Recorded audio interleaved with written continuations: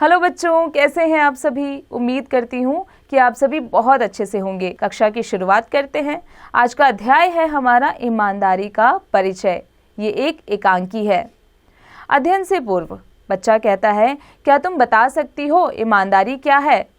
उसकी बहन कहती है, नहीं, चलो दादाजी से पूछते हैं ईमानदारी क्या है और ईमानदार किसे कहते हैं।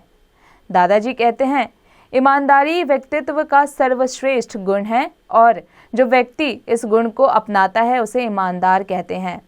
एकांकी का मूल तत्व। बच्चों को ईमानदारी का महत्व समझाते हुए उन्हें इस गुण को आत्मसात करने के लिए प्रेरित करना। पात्र: सोनू, एक बालक 9 से 10 वर्ष का। रामेश्वर व्यक्ति, सोहन व्यक्ति, मीनू सोनू का भाई और डॉक्टर शर्मा।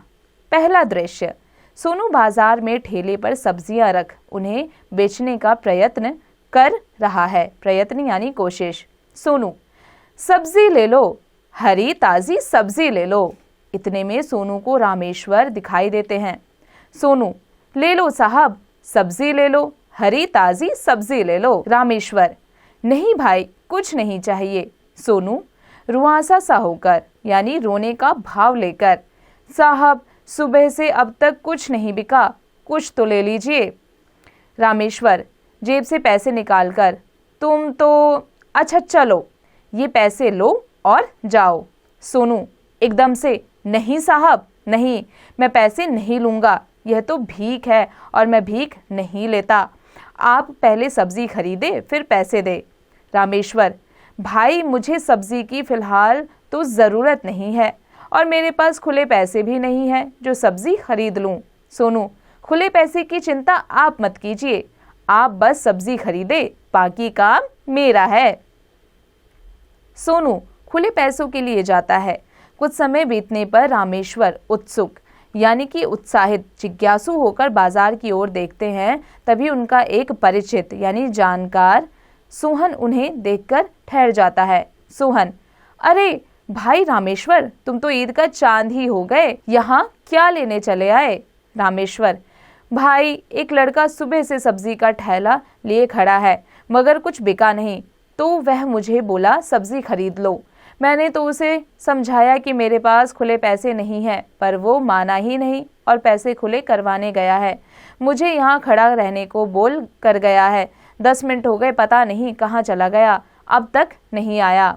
सोहन: लो कर लो बात, हो गया वो 9-2-11, कौन जाने ये ठेला उसका है भी या नहीं। किसी के ठेले को अपना बताकर तुम्हें यहाँ खड़ा कर गया और तुमसे पैसे भी ले गया। रामेश्वर: पर भाई वह लड़का ठग तो नहीं लग रहा था। चलो कोई बात नहीं, समझेंगे, आज एक नया पाठ पढ़ा। दोनों वहां से जाते हैं। दूसरा दृश्य: सोनू लौटकर आता है परंतु वहां रामेश्वर को ना पाकर परेशान हो गया। मोनू सोनू से: क्यों भाई, किसे ढूंढ रहे हो। सोनू: जो यहाँ ठेले के पास व्यक्ति खड़े थे उन्हें ही ढूंढ रहा हूँ। मोनू: वे तो अपने दोस्त के साथ सामने वाले टी स्टॉल के अंदर गए हैं।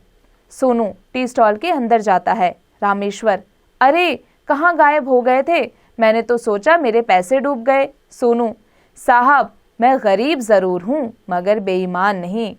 रामेश्वर: तुम्हारे घर में कौन कौन है। सोनू: कोई नहीं, मैं और मेरा भाई, वही मेरा एकमात्र सहारा है। दंगों के दिनों में हमारे माँ बाप को किसी ने मार डाला। रो पड़ता है। रामेश्वर: रो मत बेटा, मैं अभी तुम्हारे साथ चलता हूँ। अंदर की ओर पुकार कर, अमर सिंह, मैं टेहरी बस्ती जा रहा हूँ, वापस लौटकर तुम्हारा हिसाब करता हूँ। अभी सोनू और उसके भाई से घर जाकर कुछ बात करना चाहता हूँ। सोनू को साथ लेकर जाता है। तीसरा दृश्य: स्थान: सोनू का घर, जहाँ सोनू का भाई बीमार पड़ा है। सोनू: बुखार कैसा है, दवा नहीं तो क्या आराम मिलेगा। मोनू: भाई तुम मेरे लिए कितना कष्ट यानी दुख उठाते हो। रामेश्वर: तुम चिंता मत करो बेटा, अभी डॉक्टर को बुलाया है, वो आते ही होंगे। सोनू के घर डॉक्टर का प्रवेश। रामेश्वर: आइए डॉक्टर साहब, ये रहा मोनू। मोनू: भाई ये तो बहुत फीस लेंगे, हमारे पास इतने पैसे कहाँ हैं। रामेश्वर: उस बात की चिंता न करो बेटा, तुम ठीक हो जाओगे। डॉक्टर: रामेश्वर जी, आप यहाँ कैसे चले आए। रामेश्वर: साहब, इस लड़के की ईमानदारी मुझे यहाँ खींच लाई। डॉक्टर, वो कैसे?